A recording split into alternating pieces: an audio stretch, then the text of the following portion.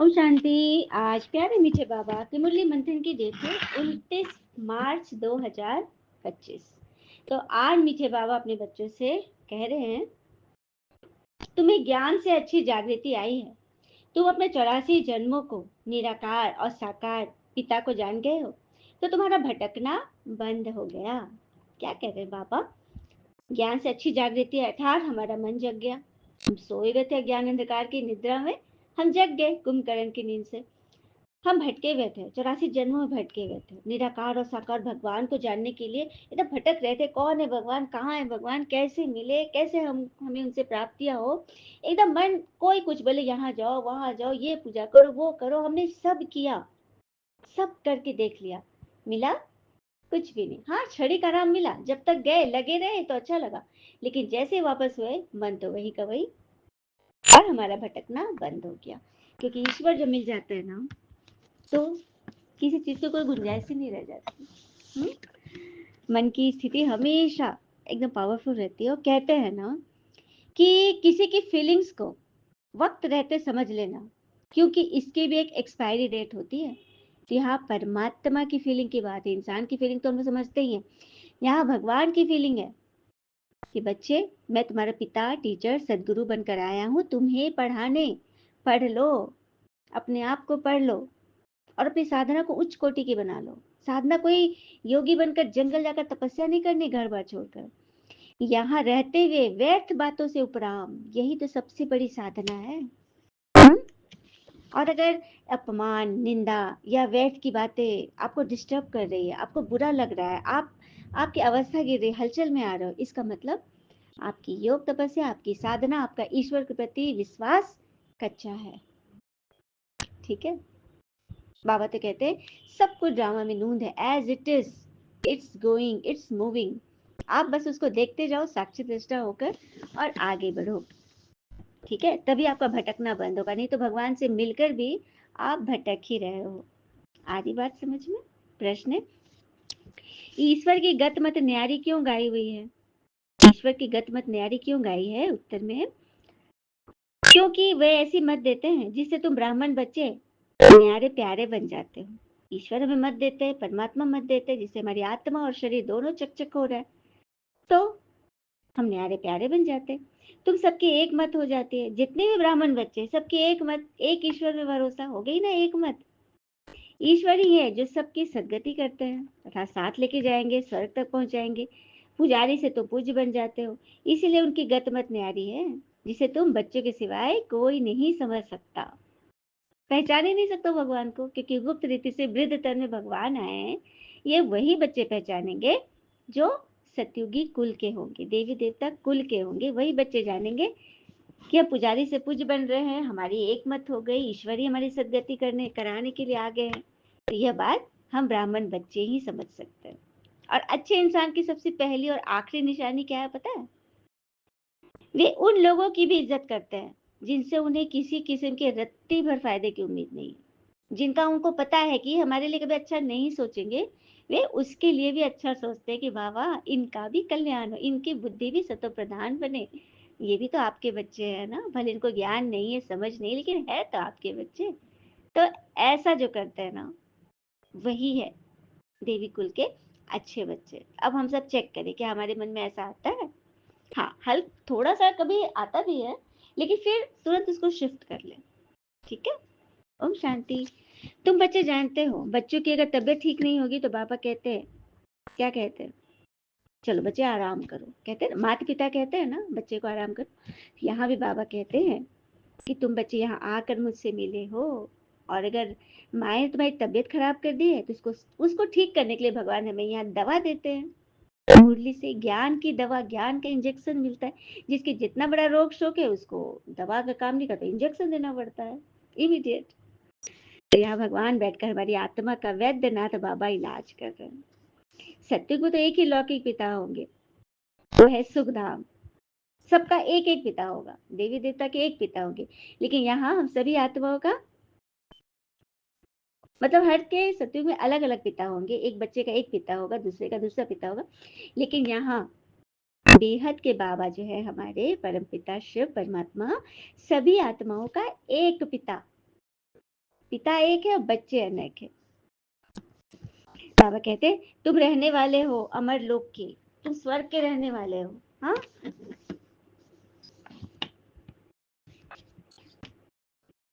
और परम धाम जिसको परलोक कहा जाता है, अमरलोक सत्युग हो गया और परम धाम है परलोक ब्रह्मलोक। परित परे धाम, स्वर्ग को परित परे नहीं कहेंगे। परित परे अर्थात इस सृष्टि से ऊपर की है वो चीज है परम धाम, लेकिन स्वर्ग सृष्टि से ऊपर की चीज नहीं। स्वर्ग तो इसी सृष्टि में इसी भारत में है, स्वर्ग नरक सब यही होता है, इसलिए स्वर्ग को परित परे नहीं कहेंगे, मतलब उपराम चीज नहीं कहेंगे, स्वर्ग तो यही है। ये बात आज बाबा ने नई पॉइंट क्लियर की। नई दुनिया को स्वर्ग, पुरानी दुनिया को नरक कहा जाता है। अभी है पतित दुनिया, पुकारते भी हो ना, हे पतित पावन आओ, लेकिन सत्युग में कोई नहीं पुकारे क्योंकि वहां है ही सुखधाम, कुबेर का राज है वहां। अच्छा, कुबेर के बारे में एक बात बताती हूँ। धन के मालिक कुबेर जी को कहते हैं, लेकिन वो हमेशा भगवान की याद में खोए रहते हैं। तो किसी ने पूछा कि आपके पास तो सब कुछ है, धन संपत्ति अपार, किसी चीज की कमी नहीं है, आपसे सबको लेना होता है, आप क्यों इतना ध्यान में लगे रहे? तो कह रहे हैं सिर्फ धन संपत्ति प्राप्ति वैभव ही सब कुछ नहीं है, मन की शांति सुख सुकून हमें ईश्वर की याद करने से मिलता है। तो सुन लिया, जब कुबेर जी याद कर रहे हैं भगवान को, तो हम लोग क्या है? कहाँ खड़े हैं हम लोग? तो ईश्वर को याद कीजिए, स्वयं भी कुबेर बन जाएंगे, है ना? क्या बात है। फिर बाबा ने कहा भारत संपूर्ण निर्विकारी था जब लक्ष्मी नारायण का राज्य था, अभी तो विकारी बन गया। वो राज कहाँ चला गया? ये पत्थर बुद्धियों को मालूम ही नहीं, मनुष्य पत्थर बुद्धि हो गए ना, पत्थर पूछते पूछते एकदम पत्थर बुद्धि हो गए। सब धर्म स्थापक को तो जानते हैं अपने अपने, लेकिन कोई ये नहीं जानते कि इन सबों का जो जड़ है सनातन धर्म, उसकी स्थापना कब हुई, उसकी तिथि तारीख तो पता नहीं। और सभी धर्म का पता है, सिख का पता है, जैन का, महावीर सबका पता है, बुद्ध का, लेकिन सनातन धर्म का तो पता ही नहीं, क्योंकि भगवान संगम पे आते हैं और ये गुप्त युग है ना।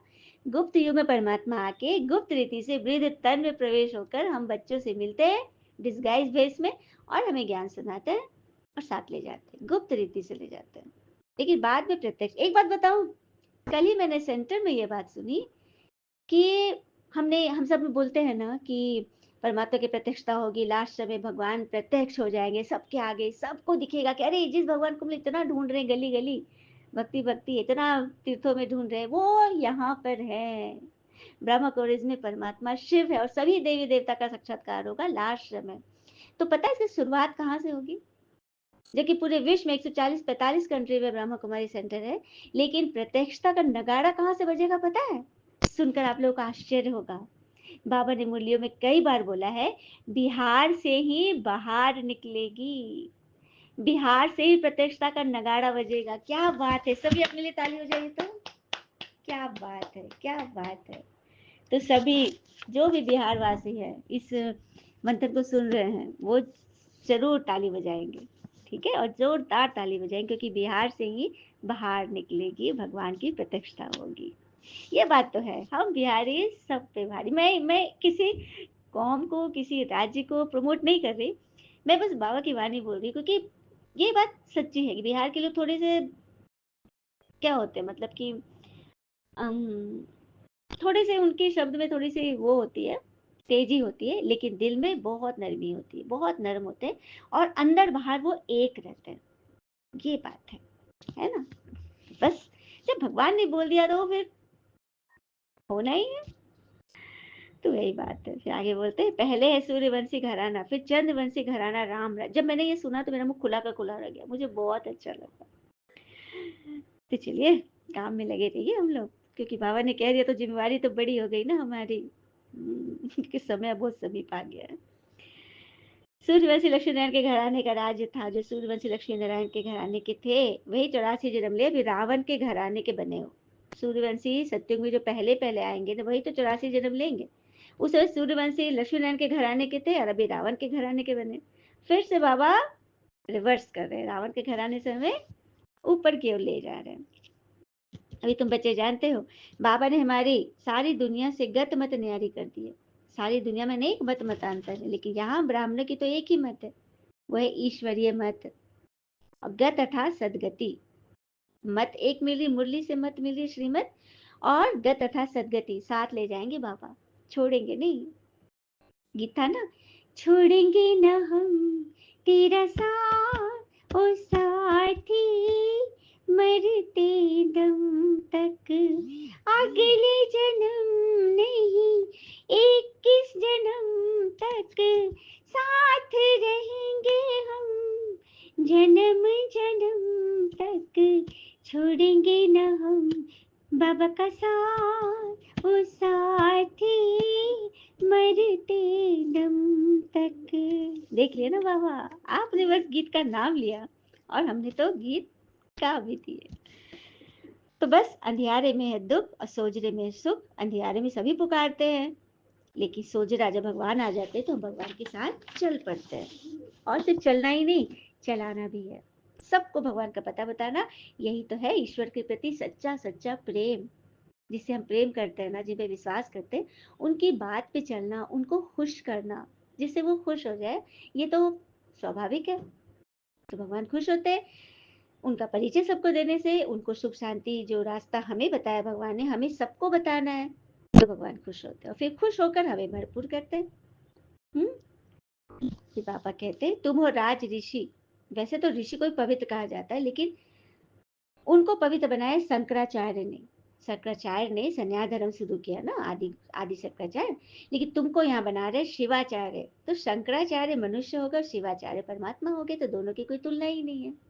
शंकराचार्य मनुष्य बनाते, साधु बना देते, और शिवाचार्य घर में रहते, मन से साधु, मन से योगी, और सब कर्म करते खुश नुमा, हर्षित मुख, और अपने आप में भरोसा, स्वयं पे भरोसा, अपने कर्म पे भरोसा, और सत्य की पढ़ाई पढ़ना, ये शिवाचार्य हमें सिखाते हैं। आते ही बाबा पवित्र पतित तन में है, बहुतों का कल्याण करते हैं, लेकिन माया भी कम नहीं है। कभी कभी ध्यान में माया प्रवेश को उल्टे उल्टे बुलवा देती है, इसलिए बच्चों को बहुत संभाल करना। ध्यान में, योग में भी माया प्रवेश करती है, कुछ का कुछ बोल देगी जो कि श्रीमत के विरुद्ध होगा, लेकिन आपको समझना है ये बाबा नहीं, ये तो माया ने प्रवेश कर लिया है। सुना? तो इससे अलर्ट रहना है। रचयिता और रचना का सिमरन करने वाले की शक्ल सदैव हर्षित रहेगी। तो जो रचयिता, क्रिएटर गॉड, और रचना, उनकी रचना था देवी देवता को जो याद करेंगे, उनकी शक्ल सदैव हर्षित रहेगी, क्योंकि वो देवी देवता की पूजा भी करेंगे। तो किस भान से करेंगे?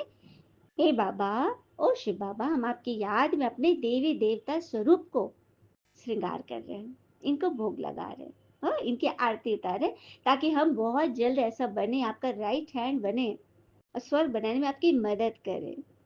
लेकिन हाँ, बहुत है जिनका सिमरन होता ही नहीं है, सिमरन ही नहीं कर सकते, ज्ञान धारणा ही नहीं होती, क्योंकि कर्म बंधन बड़ा भारी है। विवेक कहता है जबकि बेहद का बाबा मिला है, तुमको याद करके सारे कर्म बंधन हल्का करो, खत्म करो। याद ही नहीं करेंगे तो और ही कर्म बंधन चढ़ जाएगा ना। इसलिए तो बाबा समझाते बच्चे इस सजाओं से छूटने के लिए कम से कम 8 घंटा कर्म योगी बनकर कर्म करो। कर्म योगी, दुनिया में कर्म करते हैं, लेकिन कर्म भोगी बन के कोई भी चीज करेंगे ना तो इच्छा रख के करेंगे। अरे, और एक बात बोलूं कि मतलब किसी भी चीज में ना कोई इच्छा नहीं रखनी है। हाँ, जैसे बात पकड़ लेते हैं ना कोई कोई कोई, जैसे कि बातों को छोड़ देने का मतलब यह नहीं है कि हम कमजोर हैं। कभी नहीं समझना है कि जो बात हो रही है अचानक से उन्होंने क्यूट कर दिया, ऑन हो गए, तो कमजोर है नहीं। इसका मतलब इतना है कि वो इतने शक्तिशाली है कि बातें उनका पीछा नहीं कर सकती, वो इतने शक्तिशाली है। और माफी मांगने वालों से बड़ा माफ करने वाला होता है, क्योंकि वो विशाल हृदय का स्वामी होता है। सुना? माफ कर दो, ठीक है। सजाए देना हमारा काम नहीं है, ये ड्रामा का काम है, बाबा का काम है, ठीक है। हमें तो बस परफॉर्म करना है, कर्म योगी बनकर याद में रह के करेंगे तो हमसे कोई भी कर्म होगा ही नहीं।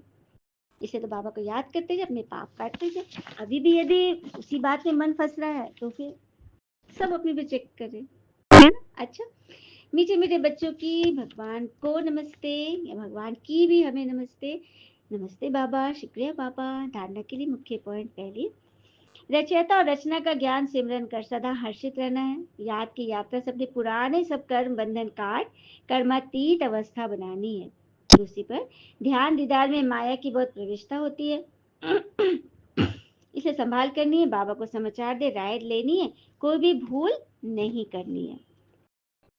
भूल का एक बात बताऊँगी कि किस तरह से इंसान से भूल होती है ना, कुछ हमसे गलत कर्म हो जाते हैं लेकिन फिर भी हम हमें जिसे समझानी मिलती है कि हमें आगे कोई भूल ना करे, जो सबक मिलती है, आइए एक कथा से समझते हैं। जब श्री राम जी अपने धाम को चले, उस समय उनके साथ अयोध्या के सभी पशु पक्षी पेड़ पौधे मनुष्य भी उनके साथ चल पड़े। उन मनुष्यों में श्री सीता जी की निंदा करने वाला धोबी भी साथ में था। श्री राम जी ने धोबी का हाथ अपने हाथ में पकड़ रखा था और उनको साथ लिए चल रहे थे। सुना, ये इतने निरंकारी थे राम जी, धोबी का हाथ पकड़े हुए थे। जिसने श्री राम जी को जाते देखा वे सब भगवान के साथ चल पड़े कि वहां के पर्वत भी उनके साथ चल पड़े। सभी पशु पक्षी पेड़ पौधे पर्वत मनुष्यों ने जब साकेत धाम में प्रवेश किया, तब साकेत का द्वार खुल गया, पर जैसे निंदनीय धोबी ने प्रवेश करना चाहा तो द्वार बंद हो गया।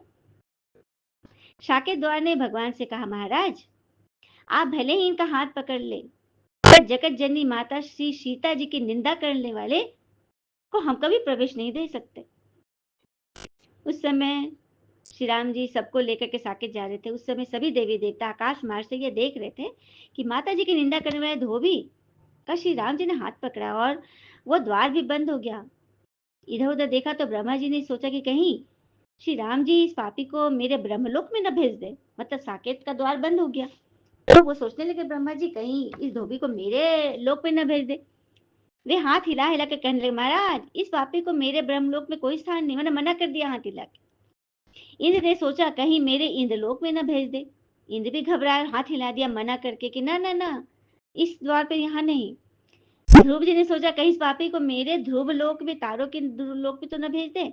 इसका पाप इतना बड़ा है कि इसके पापों का बोझ मेरा ध्रुव लोक भी गिर कर नीचे आ जाएगा, सारे तारे धूमिल हो जाएंगे। ऐसा विचार कर ध्रुव ने भी हाथ ना में हिला दिया। जिन जिन देवताओं का एक एक अपना अलग से लोक बना हुआ था, उन सभी देवी देवताओं निंदनीय पापी धोबी को अपने लोक में रखने से मना कर दिया। तब श्री राम जी खड़े खड़े मुस्कुराते हुए सबके चेहरा देख रहे थे, लेकिन कुछ बोल तो नहीं रहे थे। उस देवताओं की भीड़ में यमराज भी खड़े थे। यमराज ने सोचा कि किसी लोक में जाने का अधिकारी नहीं है, तब इस पापी को श्री राम जी कहीं मेरे यहाँ न भेज दे, क्योंकि अभी इसकी आयु तो पूरी हुई नहीं है और माता की निंदा करने वाले को मैं अपने यमपुरी में भी नहीं रख सकता। घबरा को उतावली वाणी से बोले, महाराज ये इतना बड़ा पापी है, इसके लिए यमपुरी में भी कोई स्थान नहीं है। सोचिए सोचिए कितनी बड़ी बात है, निंदक का क्या होता है। उस समय धोबी को घबराहट होने लगी कि मेरे दुर्बुद्धि ने इतना निंदनीय कर्म करवा दिया कि यमराज भी मुझे नहीं रख सकते। तो राम जी ने धोबी को घबराहट देकर धोबी की ओर संकेत से कहा, तुम घबराओ मत, मैं अभी तुम्हारे लिए एक नए साकेत का निर्माण करता हूँ। तब श्री राम जी ने धोबी के लिए एक अलग साकेत, नया धाम बना दिया, साकेत धाम। यहाँ पे एक चौपाई आती है, सिए निंदक अघ ओघ नसाए, सिए निंदक अघ ओघ नसाए, लोक बिसोक बनाई बसाए। ऐसा अनुभव होता है कि आज भी वो धोबी अकेला ही उस साकेत में पड़ा है, जहां न कोई देवी देवता है, न न भगवान ही वहां है, न ही कोई उसे देख सकता और न उसको कोई देख सकते। तात्पर्य यह है कि किसी की भी देवी देवता की निंदा करने वाले के लिए कहीं पर भी कोई स्थान नहीं, वो अकेला ही रह जाता है। कहीं पर कोई स्थान नहीं, कहीं कोई मान नहीं, कोई उसकी पूछ नहीं, कोई उससे बात नहीं कर सकता, वो हमेशा अकेला रहेगा। तो क्या हमें चाहिए कि अकेला रहे हम? नहीं ना।